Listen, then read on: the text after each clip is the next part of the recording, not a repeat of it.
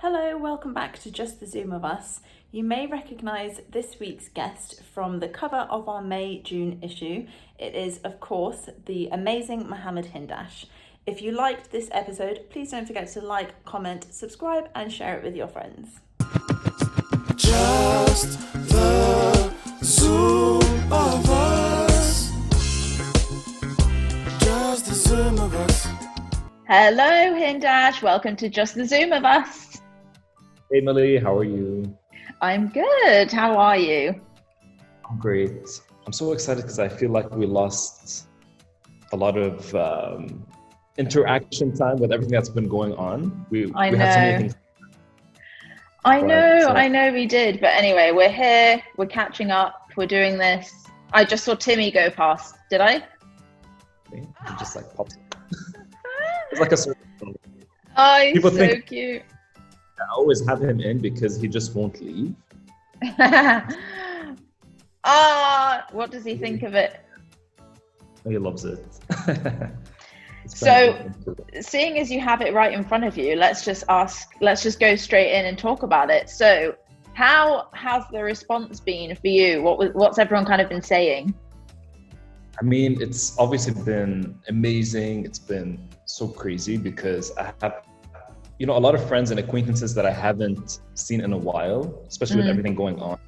They've been sending me pictures of it at the supermarket or different places, and I think that's really, really cool. And it's just very surreal. And I have like classmates of mine that I haven't spoken to in years. So that's been really, really nice. I mean, apart from being on a cover of Cosmopolitan, I don't know what to say, really. It's been a really cool, crazy time. It must be so crazy seeing yourself in the supermarket, just on the shelf. It is, but you know what's so funny? I don't want to say I'm an awkward person because I can be very social, but I can be a bit shy. But, having a mask on, no one, and like buying it, I could really tell that this was me, which was kind of interesting, which is fun, actually, kind of like that. I didn't even think about that, actually. That's so true. So obviously this was a huge deal for us as well, this cover, because it was the very first time that we had a non-female cover star on in all the 10 years that Cosmo Middle East has been running. And I know that inclusivity is something that you also advocate. So why is it something that is important to you? I mean, it's for me, it's not like a no-brainer because I want everyone to feel included in the conversation. And whereas beauty can be very inclusive, but it could be very separated at the same time, depending on what that brand identity is and what the marketing is. But coming from a more educational point of view, I just want to, teach people makeup and for people to learn different techniques. So from my point of view, it was always very art-based, and that's how I always want to keep it. And like I said, I think we were talking about this, and that I wanted to really highlight Middle Eastern beauty, I guess, in a way that's more contemporary and not very stereotypical of, the typical like Arab liner and Arab, that whole like smoky eye that we just don't really see, on a day-to-day basis, which I think is very interesting. When you talked about that, when I was interviewing you, I thought about that scene from Sex and the City 2, the movie, where she like puts loads of kohl liner all around her eyes, and it's like, no, that's not what people do. Yeah, it's interesting there was definitely a boom in that Arab smoky eye on YouTube, I remember, because I'm obsessed with YouTube and I was on YouTube for a very long time. So when that boom of makeup and tutorials started on YouTube, Arab, like Haifa Wahbi type of makeup is a very, very popular topic, which is really cool. I mean, I love that she got to highlight that as well, because she is an Arab icon and, in her own right, in the term of beauty and the way she created a trend. But things are constantly changing, and we don't have to stick to one type of beauty and one type of look, which is pretty cool, I think. And speaking of one type of look, you created a makeup look inspired by your Cosmo cover. So can you talk me a little bit through that look? I mean, why did you decide that that's the way you were going to do it on your eyes? I've seen people on Instagram recreating the look and they've been tagging us as well, which is super cool. So what are some of the also like must-have products if someone wants to recreate this? Timmy's killing me. Timmy's just, I told you he's very obsessed. He's just, he's there the whole time. Oh my God. Timmy, what's up? He's just staring at you.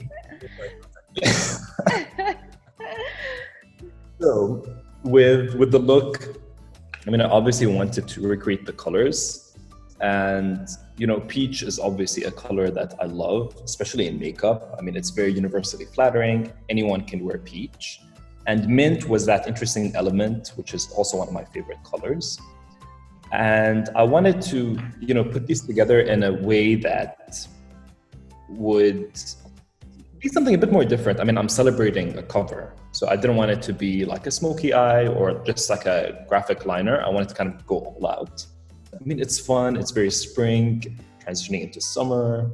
And I do neutral looks all the time, and I really wanted to create something more fun, which is, as an artist, I mean, you always need to go there sometimes. And we released a second limited edition digital cover. So do you have a favorite? Because I know that when we were talking about covers, you were like, I definitely want the peach suit. And then when I showed you the other one, you were like, oh my God, this is also really good. I'm going to be honest with you. I really like the second cover. Really? I think it was a surprise and I didn't expect it, but I really like the second cover. I mean, obviously this is like to me now it's like the OG one, and I love the peach suit. I love the mint. I love everything about it. So you've also just moved house, and we are literally neighbors. Like if I stand on my balcony, I can see your villa.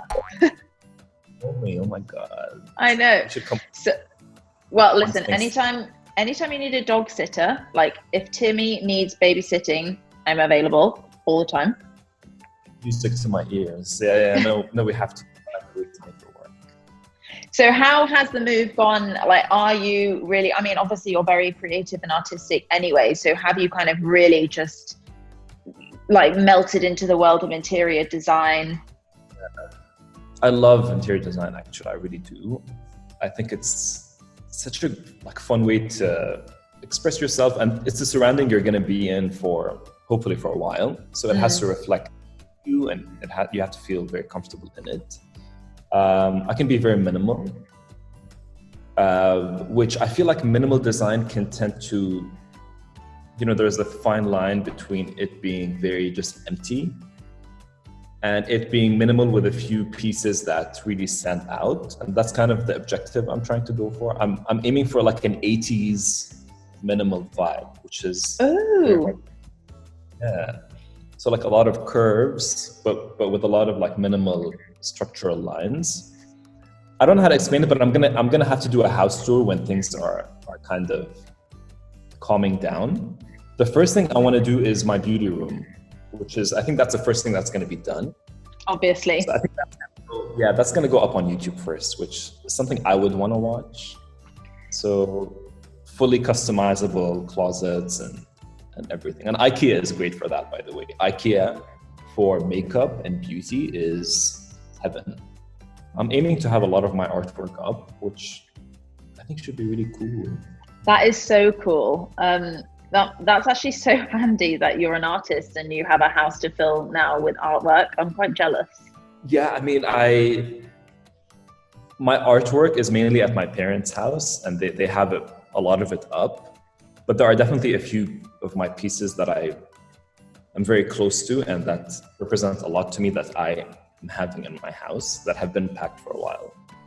So apart from interior design and kind of curating your house, how else are you managing to stay creative in lockdown? Because I know a lot of people, you know, they kind of have a block, they're not feeling inspired at all. Are you still creating new makeup looks? Are you still kind of staying creative? I mean, in the beginning, it was very weird. And I think that's how a lot of people felt. My sleep pattern was all over the place. I would wake up at like 4 p.m. and it happened for a while and I couldn't deal with it anymore. In the beginning, it was nice because I'm a night owl and I'm like, oh, all my creative juices are like coming out at night, which is, I'm a night thinker. So I took that time to like get it out of my system. And then I decided to get back into painting. And that was when the intense lockdown happened, when we just couldn't leave the house. So I got back into painting and one thing led to another. I even got a PlayStation. I mean, for me, that's a very bold, are you okay? Because he's a huge PlayStation junkie. But I just wanted to like not think about a lot and just take the time to like relax. But it has been interesting. And now with makeup, I'm definitely back into it. But obviously I'm working with, super close friends, my cousin, a few of my really close friends. So it's been interesting because a lot of things changed and you have to be careful and you have to be kind of socially aware, I guess, of the current situation. But I wonder if it's going to change a lot of things for good moving forward in the beauty industry. Where do you think that this, the future of the makeup industry is going to go? Because a lot of people are saying it can go one of two ways. Either people will kind of drop off the radar, they won't be inspired, they won't be creating anything new, or they might just want to go down, a more lucrative business route, something that, is not client-based, that they know they're always going to have income. Or it's going to go the other way and people are going to use this time in lockdown to start really working on their brand and creating something really new. And then there's going to be like a real boom of new businesses, new products, like really cool, innovative ideas. Like, which way do you think it's going to go? I think we're definitely going to go the more creative route because especially with everyone being indoors and having that time to think and to process and to plan, which I've heard a lot of things where it's been really interesting where, we always ask for time and we always ask for more time to perfect things and to work on things. So this is the time for that. But I'm also not saying that, we have to be creative and we have to be productive and we have to like learn 10 languages. So everyone has to kind of go at it at their own pace. But I think we're going to come out of this with innovative, different approaches to beauty, to not just beauty, but to different, things in life, which I don't completely know what they're going to be, but I think it's going to be interesting. Definitely a lot of online-based e-commerce platforms are going to completely take over because they already were, let's be real. And now it's just going to like really take off in that direction. Yeah, I think it... Huh? Like, look at me talking business. Yeah, I think if this time has kind of taught us anything, it's how much we can actually do from home and online and how digital everything can go. And speaking of creating things, last time we spoke, you may have hinted that you were working on something for the future. Is that still going? Have you put that on hold? It's definitely not on hold. It's going, it was a bit slow in the beginning, but no, nothing is put on hold. Now is the time to like kind of really perfect things and tweak things here and there. So I am working on something really, really cool, hopefully. And can't wait for you to see it. I'm so excited.